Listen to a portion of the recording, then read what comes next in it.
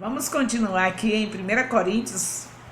Nós tivemos um tempo enorme em 1 Coríntios 14, que é aquela polêmica do falar em línguas. Eu acredito que todos vocês já entenderam que todo filho de Deus tem o Espírito Santo, e quem tem o Espírito Santo não tem nenhuma dificuldade de chegar no lugar secreto, como está escrito em Mateus 6, e abrir a boca e deixar que o Senhor traga as palavras estranhas que vai servir para a sua edificação. Essa língua estranha não é para ninguém interpretar, é mistério. 1 Coríntios capítulo 14, é mistério.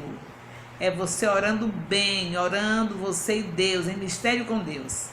Então, não é nada de errado orar em línguas. Porém, eu já saí do capítulo 14 de 1 Coríntios e estou voltando, começando do primeiro capítulo e já cheguei no quarto capítulo. Daqui a pouco a gente vai chegar lá novamente em 1 Coríntios 14 e eu não vou mais fazer explicações de 1 Coríntios 14. Vou dar uma puladinha nesse capítulo, porque já foi bem lido e relido. Agora eu estou no capítulo 4, que diz assim: que os homens nos considerem como ministros de Cristo e dispenseiros dos mistérios de Deus. Além disso, requer-se dos dispenseiros que cada um se ache fiel. Se você tem me acompanhado, você sabe que no primeiro capítulo, segundo capítulo, terceiro capítulo de 1 Coríntios, está Paulo mostrando que esse povo de Corinto é carnal. Apesar de estar no capítulo 14 mostrando que eles oravam em línguas o tempo todo, eles eram carnais, pelo fato de que eles se exibiam, eles não faziam corretamente. Nós devemos estar no nosso quarto orando, e quando chegar no templo, que tiver de falar em mistério com Deus,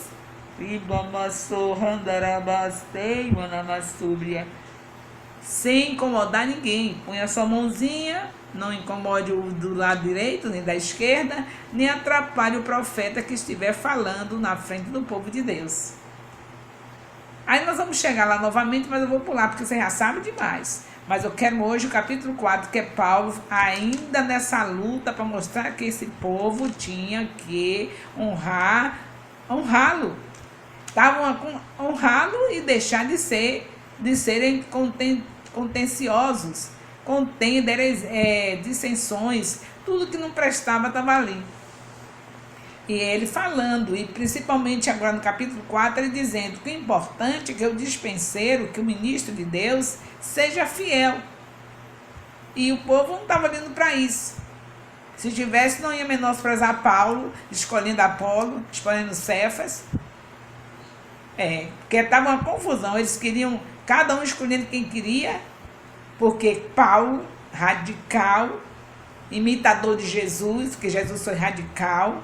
Jesus não abriu mão para pecado, Jesus não passou mão de cabeça de pecado, ele simplesmente amou o pecador. E Paulo é imitador de Cristo, radical. E aí já sabe, se o ministro é radical, ele já não presta. Se ele falar o que Jesus falou, na sua íntegra, já imaginou que dificuldade se aceitar as conversas de Jesus? Muito difícil para aceitar, não é? Então, mais uma vez eu quero lembrar para você que o que está acontecendo aqui em Coríntios é apenas carnalidade, rejeitando a Paulo e procurando Apolo e Cefas, porque achavam que era mais aliviado. Mas aqui Paulo está deixando bem claro que o importante é que ele e todo ministro de Deus seja fiel. Que as pessoas devem olhar e se é fiel. Certo? Então, a fidelidade não significa que eles sejam perfeitos. Paulo não era perfeito, ele mesmo dizia: miserável homem que sou, o bem que quero fazer não faço, mas o mal que não quero, o bem que quero fazer não faço, mas o mal que não quero fazer, esse eu faço. Então, o importante é que Paulo era fiel, não tinha nada escondido, pecados confessados, que essa é a principal parte da fidelidade. Não tem ninguém bom. A nossa bondade diante de Deus é somente confessar pecado. Porque pecado escondido arrasa com o ser humano, com o crente, com o filho de Deus. Mas se ele confessa os pecados, ele tem o seu pecado confessado e perdoado, porque Deus fala em 1 João, capítulo 1, versículo 9, que se nós confessarmos os nossos pecados, ele é fiel e justo para nos perdoar e nos purificar de toda injustiça. Então, Paulo era essa pessoa que não tinha nada de pecado escondido e tinha autoridade para falar. Quem não tem pecado escondido tem autoridade para falar. Falar do jeito que Jesus fala, com radicalidade mesmo. Já imaginou em relação ao que Jesus fala lá em Lucas 14, de 12 a 14? É uma radicalidade, não é? Não fazer banquete para os que têm condição de lhe restituir, seja parente, seja amigo, mas se ele pode lhe restituir, não faça banquete para ele. Deus manda fazer banquete para os pobres que não pode restituir e que a restituição nossa, quando faz para o pobre, quem dá é Deus. Quem quer ouvir isso? Pois Paulo era esse tipo, que falava o que Jesus falou. Eu estou falando de Lucas. Lucas também era radical. Olha aí, Lucas falando isso.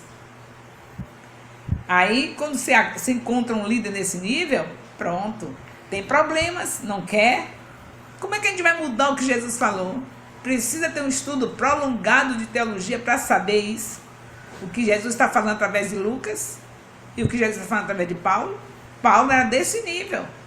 E Lucas também. E todos os apóstolos também. Mas Paulo era o mais radical. Porque também foi aquele que mais sofreu por Jesus. Também foi aquele que mais ofendeu a Jesus. Quando se arrependeu de vez. Deixou de ser assassino de cristãos e foi se sujeitar à morte a cada dia por conta de Jesus Cristo. E ele está aqui dizendo, o importante é que seja fiel. O que é ser fiel? É perfeito, que não fez nada de errado? É o perfeito para você, é isso? Não é aquele que não tem nada escondido. O líder que está na frente de um povo que não tem nada escondido, que sua vida é um livro aberto, esse é o fiel. Certo? Não tem ninguém certo. Não adianta você querer. Todos sabem que eu não deixo nada escondido. Não adianta, a Bíblia diz que tudo vai ser descoberto. Então é melhor que eu seja transparente, não deixe nada escondido na minha vida, porque na hora que Satanás apresentar você, você já sabe. Porque eu já falei, já confessei a Deus e os homens, e sou livre para pregar o evangelho aí em qualquer lugar. Posso não ter eloquência, posso não ser uma boa pregadora, mas ninguém vai encontrar pecado escondido na minha vida. Era o caso de Paulo. Não tinha pecado escondido, abria a boca e falava do jeito que Jesus falou, porque não devia nada a ninguém. Então, quem tem suas coisinhas, suas dificuldades lá, suas camuflagens, como é que eu vou falar esse texto da Bíblia? Porque sabe que também não está vivendo nada daquilo. Como é que eu vou falar? Como é que eu vou falar, como no caso de Lucas 14, de 12 a 14, se eu tivesse feito aquele aniversário dos meus 50 anos de casado, do jeito que eu pensava fazer? É porque eu não sou melhor do que você, eu também pensava fazer 50 anos de casado para abalar a terra, para minha cidade, para marcar minha cidade. Porque foi assim que meus avós paternos fizeram. Os meus avós paternos, quando fizeram 50 anos de casados, eu estava com minha fase de 13 anos, nunca me esqueci, porque abalou a cidade. E eu pensei, eu vou fazer o meu também assim. Mas de repente vem essa palavra de Lucas 14, 12 a 14, não fazer banquete para aquele que pode lhe restituir. Então, se eu tivesse que fazer, eu tenho que fazer só para os pobres. Aí ia ser outro escândalo, porque se achar escândalo não fazer nada, não fiz nem para pobre nem para rico. Deixei o dinheiro de reserva para aplicar na obra missionária nos bairros marginalizados da minha cidade.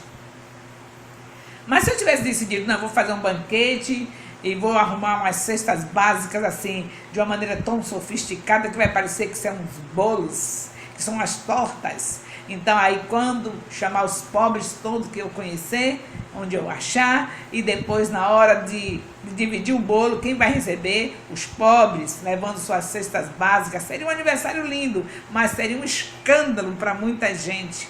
Olha como ela fez o aniversário, chamou a gente só para a gente ficar lá fazendo culto, e na hora de dar a comida deu somente para os pobres. Ia ser um escândalo, não é? Então, tá vendo você? Que ninguém quer saber de quem é radical? Sou radical, Jesus é A palavra não é minha, foi ele que disse, através de Lucas, que não é para fazer banquete para ricos, mas banquete para os pobres. É Jesus que fala através de Lucas, capítulo 14, de 12 a 14. Então a gente se dá mal. É isso que está acontecendo com Paulo, está se dando mal com o povo da igreja de Corinto, porque ele não queria falar outra coisa que não fosse o evangelho do Senhor Jesus Cristo. Ele só falava o evangelho da cruz, o evangelho que o caminho é estreito, não falava de porta larga. Então Paulo não tinha aceitação. Mas ele prossegue, não desiste, porque aquele que tem consciência de quem o chamou, quando eu sei que Jesus me chamou, eu não desisto. E quando Paulo também pensava nisso, que foi chamado por Senhor Jesus, então ele não desistiu.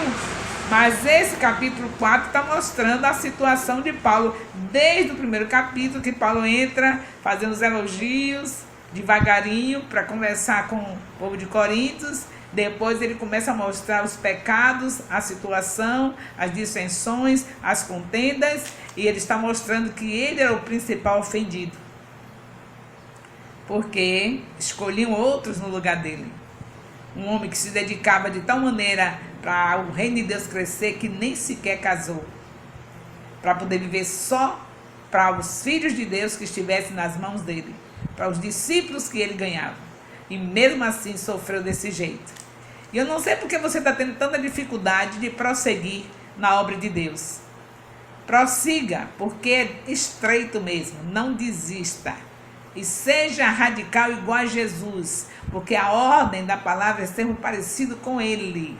Lembre-se que está escrito em João, em 1 João, capítulo 2, versículo 6, que quem é de Cristo é para andar como ele andou. Se é para andar como ele andou, é sinal que tem que imitá-lo. E se tem que imitá-lo, tem que ser radical.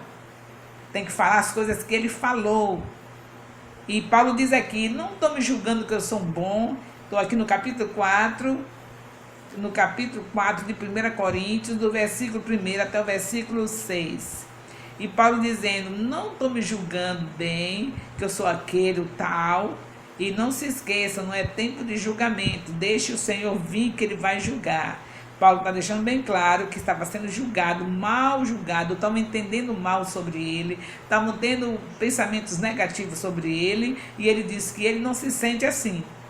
Ele se sente bem, sente que está bem com Deus, mas que mesmo assim não se atrevia a estar achando que estava, a dizer que estava perfeito. Que quando viesse o Senhor fazer o julgamento, que todos esperem o julgamento, não fique julgando seus líderes. Ele é radical demais, ele é isso, ele é aquilo. Espere o julgamento. O dono de cada líder e o dono de cada discípulo que está na mão dos líderes é o Senhor. Aguardem nele. Não seja como a igreja de Coríntios, que só sabia falar em línguas no templo.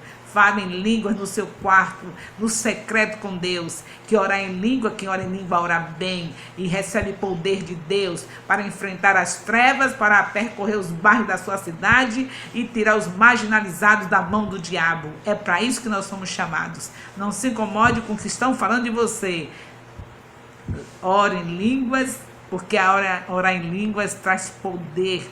É o Espírito Santo te armazenando poder na sua vida. E você vai chegar naquele bairro marginalizado com o poder de Deus e arrancar todos que estiverem na mão do diabo para vir andar na luz com Jesus. Foi para isso que nós somos chamados. Eu quero abençoar vocês. Beijo no coração, cheia de conversas de Deus. Estaremos juntos no próximo vídeo e tenho certeza que Deus tem muito mais para falar conosco através dessa primeira carta de Paulo aos Coríntios. Não se esqueça de fazer a sua inscrição no meu canal e se você já é inscrito, veja se tem alguém que você conhece que ainda não é. E diga, se inscreva no canal da Rai Santana Nascimento, ela é cheia de conversas de Deus.